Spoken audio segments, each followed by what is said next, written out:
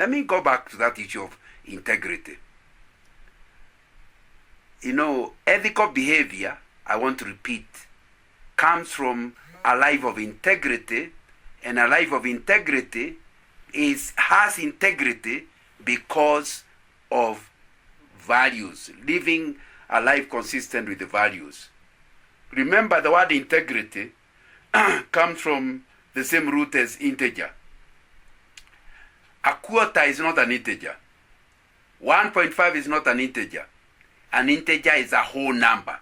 Integrity is wholeness. That we are so consistent in your life that you are the same person at home, the same person in the office, the same person in church. People without integrity are different people. Their parents can even swear how wonderful they are, because they have no idea that out there in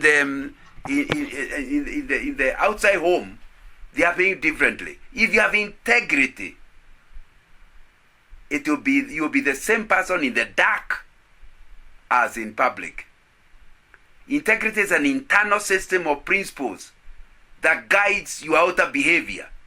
That's why the behavior will be consistent. When you're acting with integrity, we do what is right, even when no one is watching. So, we therefore, people of integrity will have honesty, objectivity, compassion, dependability, generosity, kindness, loyalty, maturity, respect, trust, wisdom, and we can go on, as we saw in Psalms 15. Let me be clear that you can be legal without being ethical. Ethics and legality are not the same. For an action can be fully legal. It's not breaking any law, but it's still unethical. A good example is violating confidentiality, for example, in a research project. You do not break any law, but you are in breach of an ethical principle. In other words, you ask me very confidential questions. And the assumption is I'm telling you, but you are going to put my number amalgamated with many other numbers, so nobody will know that it's Nganga who gave that data or that information. Then when talking, you say, hey, I couldn't believe this of Nganga. I don't think it will be very difficult for me to prosecute you in a court of law because I voluntarily gave you the information.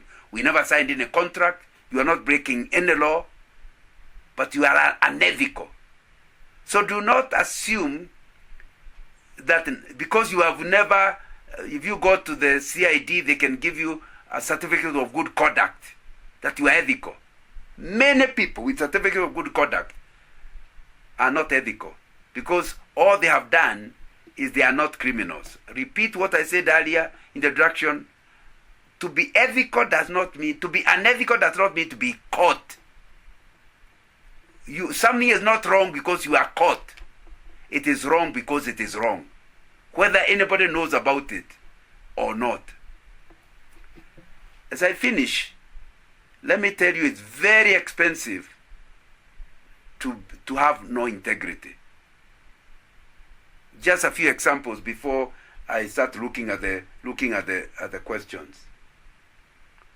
Decisions made and actions taken in a business environment affect many people other than the oneself. You think you are just hurting this one, but in the process you hurt many people. Business malpractices have a potential to inflict enormous harm on individuals, on communities, on environment. For example, you are the one in charge of cleaning up the water. Then you reduce the amount of chemicals you are putting in. Then homes all over will have sick people, waterborne diseases, because of unethical behavior. It can be terrible.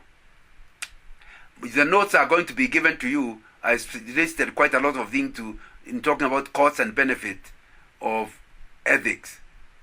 Let me say, the Christian source of value is God and His Word. It therefore means to be ethical, means to be biblical.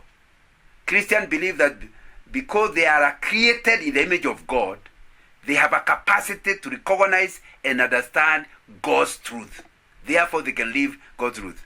It was St. Augustine who said, truth is not individual, but universal. Truth did not begin when you were born. It always existed.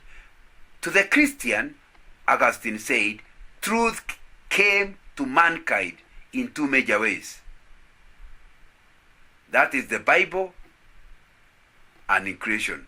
Thus he argues, St. Augustine, that the Christian source of value is God and His Word. And that's why you need to be somebody who reads the Bible daily, regularly. I've been reading the Bible. I started reading the Bible regularly as a Form 1 in 1960s, and I'm still doing it. And even what I read yesterday was simply giving me a new light. So if we really want to be ethical people, the Bible, daily Bible reading, and not just reading, but believing, and not just believing, but acting on what you have read, is what will put us in ethical ways.